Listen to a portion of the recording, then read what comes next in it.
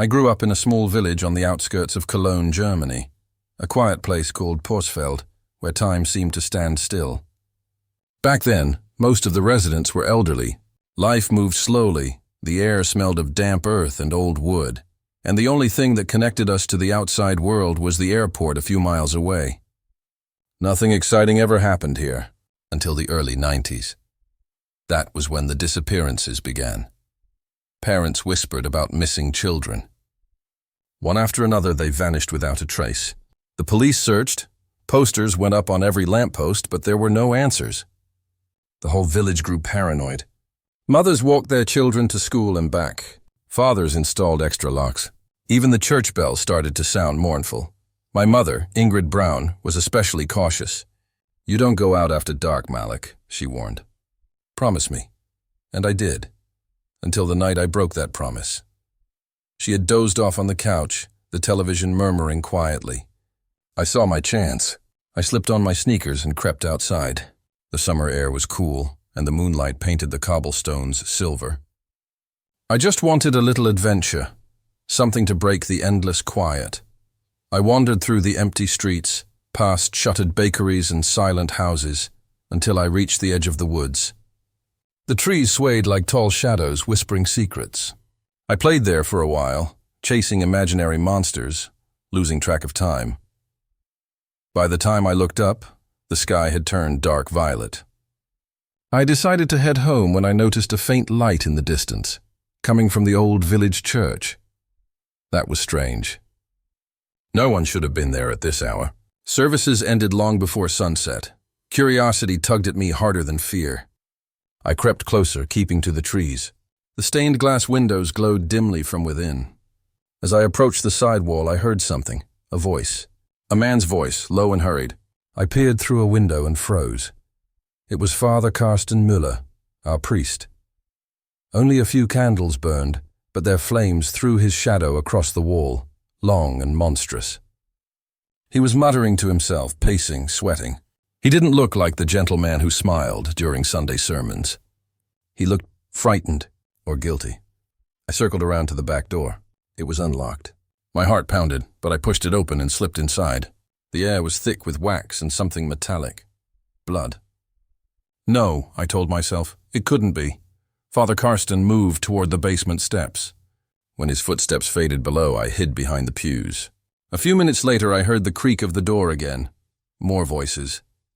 2 men entered, strangers wearing dark coats. "Why'd you leave it unlocked?" one whispered. The priest hesitated. "I must have forgotten. You've prepared everything?" the other asked. "Yes," Father Carsten said flatly. "It's ready. Go to the basement." The men disappeared down the stairs. My stomach twisted. Something was terribly wrong. I inched forward, trying to listen when my foot brushed a metal candle stand. It clattered onto the floor. The noise was deafening. Silence, then hurried footsteps. The men stormed upstairs. "What was that?"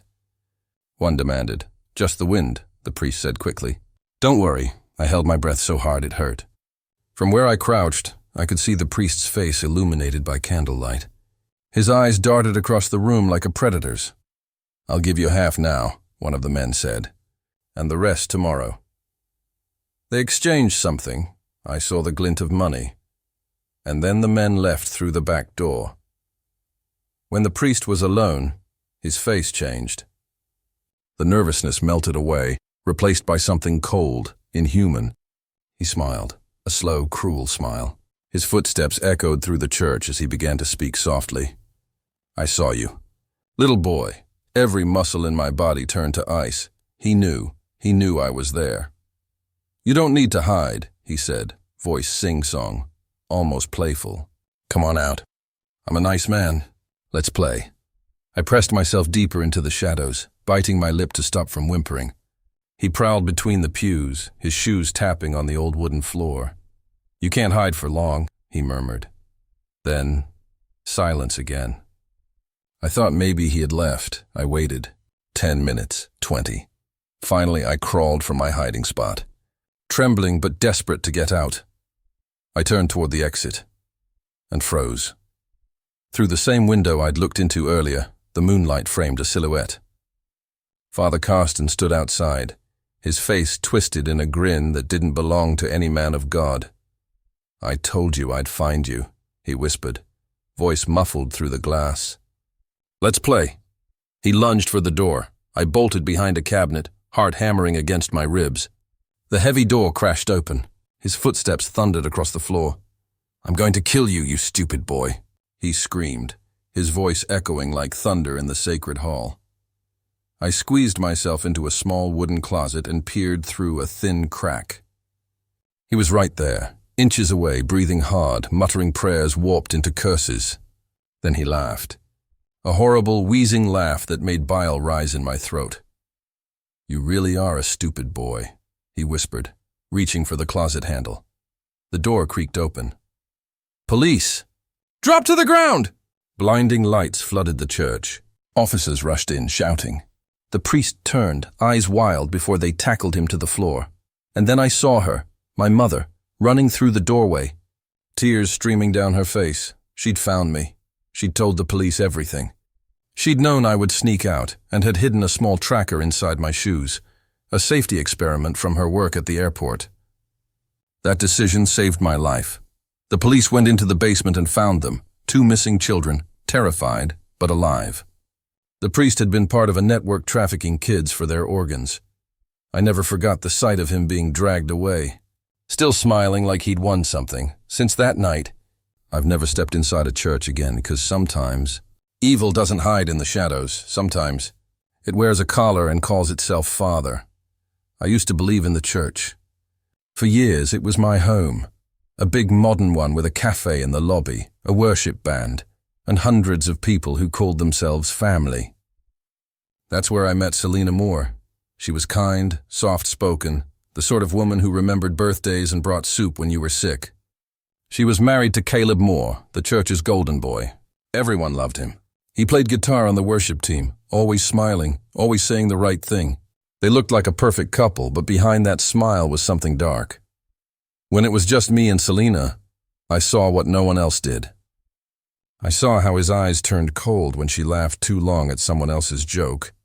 I saw how he'd grip her wrist just a little too tight when he wanted her attention. He called it love. I called it control. Sometimes she'd whisper to me after service, telling me how he'd break her things by accident, how he'd stand in the doorway and block her from leaving until she said she loved him. Each story alone sounded small, but together they painted the truth. She was living in fear. I told her to leave him, over and over.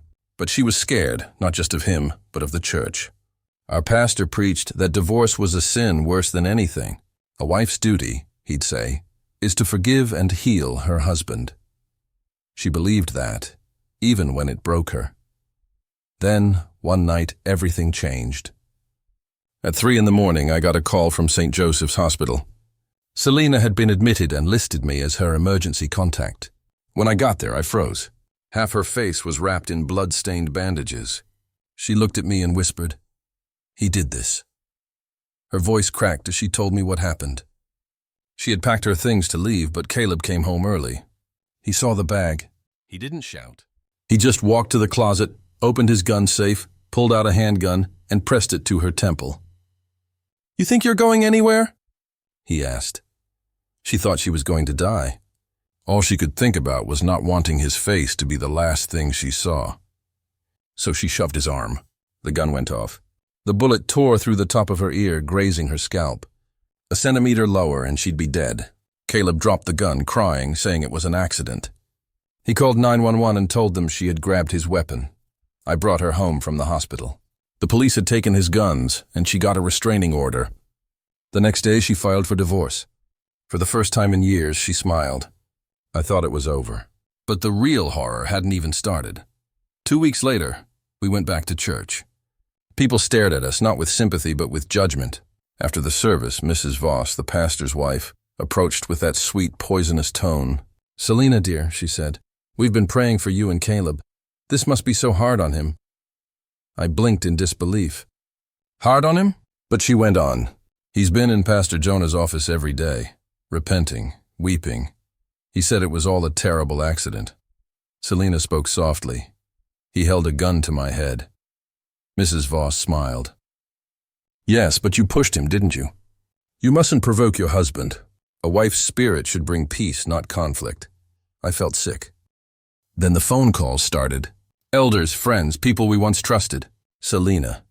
The Bible says to forgive. Marriage is sacred. He needs you now more than ever. They spoke as if her survival was her sin. Then came the final blow. 3 women from her Bible study group came to my apartment. They said they wanted to talk. We love you, Selena, one said, but we're worried for your soul. You're letting bitterness take over. Another said, Caleb is a good man. He just has a temper. You knew that. And the last one said, if you hadn't pushed him, the gun never would have gone off. I couldn't believe what I was hearing. They blamed her. They told her to drop the divorce, lift the restraining order, and go back home to him. Selena didn't say a word. She just sat there, the stitches on her ear still fresh. That was the last time she ever stepped inside that church. A month later, she moved to another state to live with her sister. Changed her name. Started over. We still text sometimes. I stayed behind for a few weeks, just long enough to see Caleb walk back through those doors like nothing happened. He stood on stage, crying, talking about how the devil tried to destroy his marriage. And the congregation clapped. They prayed for him. They forgave him. The man who held a gun to his wife's head was the victim. The woman who almost died was the sinner. That's when I finally understood. The real horror isn't always the monster in your home. It's the smiling faces around him, the ones who tell you to go back inside. And that's the day I left the church for good. Back in 2018, I worked as a custodian at St. Mary's Church, a small brick chapel on the quiet edge of Chicago. I was 28, single, and just needed a steady job after years of bouncing around construction gigs. The church wasn't fancy, just a main hall with wooden pews, a small office, and a basement where we stored supplies. Father Emil Torres, the priest, was a kind man in his 60s. He lived in the house next door and treated everyone with gentle patience. I liked him. My shifts were evenings, cleaning after services, vacuuming, mopping, wiping down pews, dusting the altar. The pay wasn't great, but the peace and quiet made up for it. There was one thing about that place I'll never forget: the front door. It had a long, groaning creak every time you opened it. The hinges were old, and the sound stretched through the whole building. Father Emil used to joke that it was the church's way of announcing visitors. During the day, it was just background noise. But at night, when I was alone, it always sent a chill through me. That night, a rainy Tuesday in October, I was finishing a late shift. There had been a funeral earlier, so there were extra flowers, programs, and candle stands to clean up. Father Emil had left around 8 to visit someone in the hospital. He told me to lock up when I was done. I said, sure, no problem. I put my headphones in and kept working, listening to a true crime podcast while I vacuumed. Around 10:30, I was wrapping up. I went downstairs to store some cleaning supplies when I heard it. That long, dragging creak from the front door. It was unmistakable. The hinges moaned for several seconds before the latch clicked shut. I paused, pulled out one earbud and called out, Father Emil? No response. The basement was silent except for the hum of the furnace. I waited, thinking maybe he'd come back early. After a moment, I climbed the stairs to the main hall. The church was empty. The lights were still dim, the air still, and the door was closed tight. No wet footprints, no coat on the rack, no sign anyone had entered. I checked the handle. It was locked from the inside. My stomach tightened. If it was locked, then no one could have come in. Right? I told myself it was nothing. Maybe old hinges. Maybe wind pressure. I turned off the vacuum and went to the office to grab my jacket. Then I heard them. Footsteps. Slow, heavy, deliberate. Coming from the main hall. They echoed off the wood, each step deliberate and slow. I froze mid-motion. Father? That you? I called out again. The footsteps stopped immediately. Silence.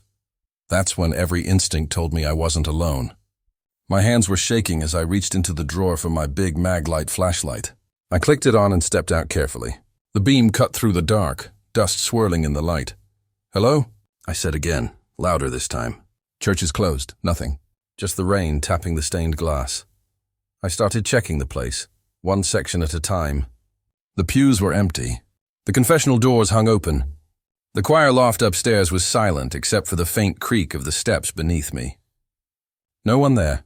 I checked every corner, the office, the back hall, even the storage closet, but there was no one. The whole search took maybe 15 minutes, and by the end I almost laughed at myself.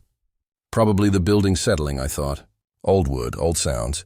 I was tired, maybe jumpy from all the true crime podcasts. Then I heard it. A slam. It came from the back of the church. The sound was so sharp it made me drop my keys. It was the storage room door, the same one I had just left open. I turned toward the sound, flashlight trembling in my hand.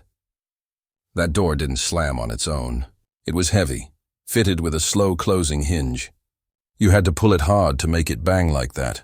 My throat went dry. "Who's there?" I yelled. "Nothing." I walked toward the back, each step slower than the last. The silence was thick. When I reached the door, it was completely shut. I pressed my ear against it. No sound. I took a breath, turned the knob, and swung it open fast. Something hit me in the forehead. A hard, dull thump. I stumbled backward, swearing under my breath. I rubbed my head and shone the light around the room, heart pounding. Nothing was out of place. The mop stood in the corner. Boxes stacked the same way I left them. There was no shelf near the door, no hanging tools, nothing that could have fallen. The ceiling was solid, it didn't make sense. Whatever hit me had come from inside, just as I opened the door. But there was nothing there. I felt something cold slide through me, like the air itself had turned heavy. I backed out slowly, locked the front door behind me, and ran for my car. The rain felt almost warm compared to the air I'd just left. I drove home shaking, constantly checking my rearview mirror, half expecting someone to be sitting in the back seat. The next morning, I called Father Emile and quit. He sounded surprised. "Did something happen?" he asked. I told him a short version. Weird noises, door slamming, something hitting me. He chuckled softly. "This church has no ghosts, Jordan. It's been here since the 50s. You probably just spooked yourself." I didn't argue. I just said, "Thanks for the job," and hung up. A week later, a new custodian took over. I never went back. But sometimes when it rains, I still hear that slow, dragging creak in my head. The sound of the church door opening to something that never left.